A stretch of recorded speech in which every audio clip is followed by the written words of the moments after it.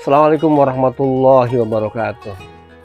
Alhamdulillah wassalatu wassalamu ala Rasulillah Sayyidina wa Maulana Muhammad ibn Abdillah wa ala alihi wa sahbihi wa mawala wa la hawla wa la quwata illa billah ma ba'd.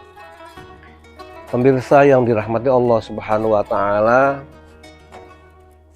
Rasulullah SAW pernah mengatakan dalam satu hadis dalam kitab Nasoihul Ibad, ada 4 ciri orang yang akan mendapatkan kebahagiaan.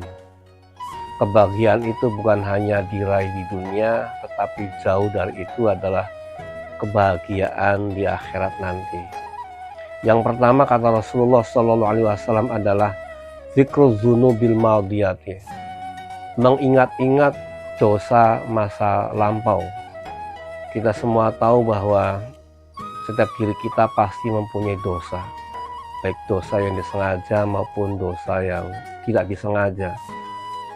Dosa seorang suami meremehkan tanggung jawabnya kepada seorang istri, dosa seorang ayah, seorang bapak meremehkan tanggung jawabnya kepada keluarganya, bahkan dosa sehari-hari kita sering meremehkan waktu sholat.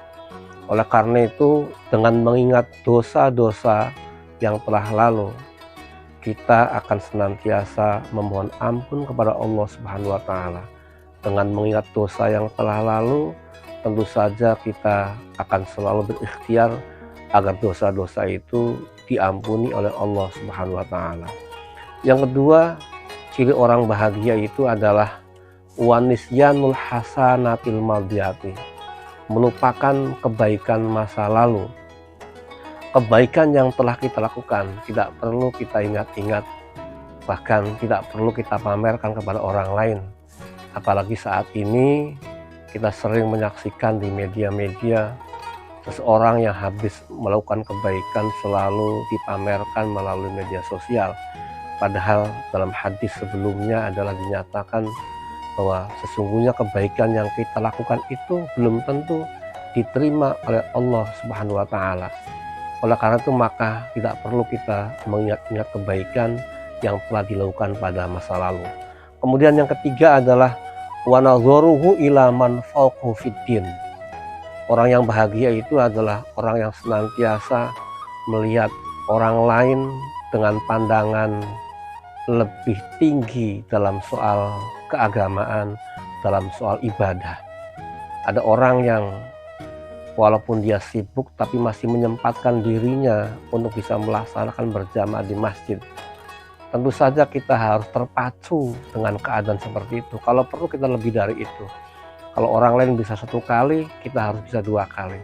Kalau orang lain bisa 2 kali ke masjid sehari, kita pun harus berikhtiar agar kita bisa melaksanakan kebaikan sholat berjamaah di masjid lebih dari itu semuanya.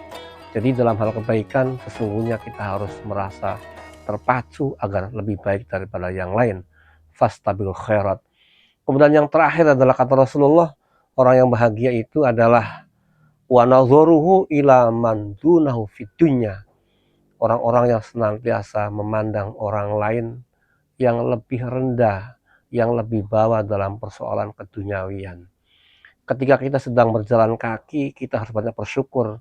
Masih ada di antara diri kita yang jalan saja nggak bisa. Apabila ada orang yang hari-harinya kemana-mana naik sepeda, kita harus berpikir masih banyak di antara saudara kita yang sepeda mereka tidak mempunyai gitu loh. Oleh karena itu kalau kita melihat yang lebih bawah dalam urusan keduniawian, yang ada adalah kita senantiasa mensyukuri nikmat yang Allah berikan kepada kita, berapapun besar nikmatnya, berapapun atau sedikit atau banyak nikmat yang Allah berikan kepada kita, kita senantiasa bersyukur terhadap nikmat yang Allah anugerahkan kepada kita semua. Mudah-mudahan dengan melaksanakan 3 atau 4 yang tadi disampaikan oleh Rasulullah SAW tadi, kita semua akan mendapatkan kebahagiaan, bukan hanya kebahagiaan di dunia, tapi juga kebahagiaan di akhirat. Demikian, mohon maaf atas segala kurangan. Wallahul muwaffiq ila aqwamit thoriq. Wassalamualaikum warahmatullahi wabarakatuh.